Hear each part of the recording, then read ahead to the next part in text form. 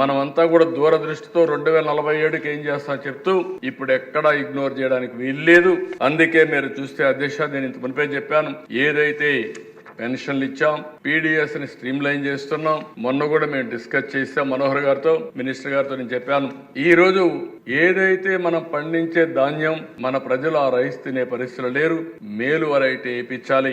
అవసరమైతే మిల్లెట్స్ కూడా డిస్ట్రిబ్యూషన్ చేసే పరిస్థితి రావాలి. ప్రత్యామ్నాయ మార్గాలు ఏమున్నాయో అవన్నీ పెట్టమని చెప్పి కూడా వర్కౌట్ చేస్తున్నాం. ఇంకొక పక్క ఫుడ్ సెక్యూరిటీకి ఎక్కువ ప్రాధాన్యత ఇస్తాం. రెండోది ఇప్పుడే చెప్పాను, దీపం చేశాం. ఇది కాకుండా దేశ ఇంత మునుపు నేను చెప్పినట్టు ఇవన్నీ కూడా ఏవి ఉన్నాయో ఆ స్కీమ్స్ అన్ని తీసుకొని ఇక్కడికి వచ్చినప్పుడు స్వర్ణాంధ్రప్రదేశ్ కు ఒక 10 ప్రిన్సిపల్స్ తీసుకున్నాం అధ్యక్ష. ఈ 10 లో కూడా నేను ఈ విషయంలో ప్రజలకు పదే విజ్ఞప్తి చేస్తున్నా. ఒక మిషన్ మోడ్ లో ఒక విజన్ సాధించడానికి మనం ముందుకు పోతున్నాం. అందుకని మనం ఏదో మన ఫిగర్స్ చెప్పి పేదవాళ్ళని పేదరికంలో పెట్టడం, డబ్బులుండే వాళ్ళు ఆర్థికంగా వెసులుబాటు రావడం కాదు. ప్రతి ఒక్క ఇండివిజువల్ ని ఫోకస్ చేయాలనే ఉద్దేశంతో ఈ ప్రభుత్వం యొక్క మొదటి ప్రాధాన్యత జీరో పావర్టీ, పేదరికం లేని సమాజాన్ని నిర్మాణం చేయడం ఏకైక లక్ష్యంగా పెట్టుకొని ముందుకు పోతాం.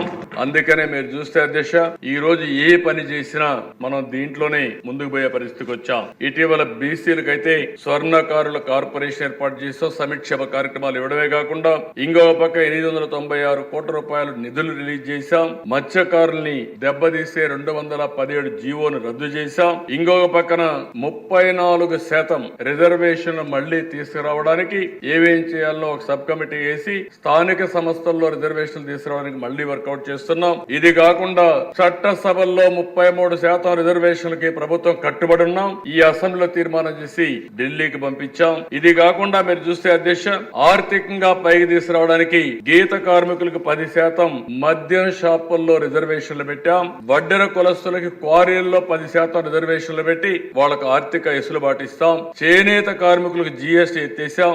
అదనంగా 50,000 రూపాయలు ఇంటికి వచ్చి ఇచ్చే పరిస్థితి తీసుకొస్తున్నాం. ఇలాంటివన్నీ మీరు చూస్తే అధ్యక్ష, 1-2 కాదు, వెనుకబడిన వర్గాలకు ఏమేం చేయాలనో అన్ని చేయడం కోసం ఆర్థికంగా, రాజకీయంగా, సామాజికంగా పైకి తేవడానికి అనేక కార్యక్రమాలు తీసుకొని ముందుకు పోతున్నాం. మే నెలలో తల్లికి వందనం, ఎంతమంది పిల్లలున్నా అంతమందికి డబ్బులు ఇచ్చే కార్యక్రమానికి శ్రీకారం చుడతాం.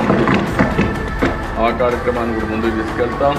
ఇంకొక పక్కన రైతు భరోసా ఏదైతే చెప్పామో next installment government of India ఇస్తుంది.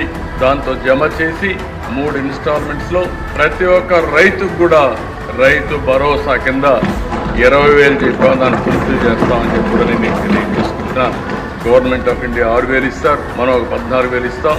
2 మ్యాచ్ చేసి 20,000 ఇచ్చే కార్యక్రమానికి ముందుకు పోతాం. ఇది కాకుండా దేశ మత్స్యకారులు 20,000 రూపాయలు ఇస్తా ఉన్నాం. వాళ్ళు కూడా చేపలు వేటకు పోలేని పరిస్థితి ఉంటుంది. ప్రతి సంవత్సరం హాలిడే ఇస్తాం. ఆ హాలిడే సమయం ముందుగానే వాళ్ళకి ఇవ్వాల్సిన 20,000 కూడా వాళ్ళకి ఆర్థిక సహాయం చేసి వాళ్ళను కూడా ఆదుకుంటామని చెప్పి ఈ సభ ద్వారా తెలియజేస్తున్నా.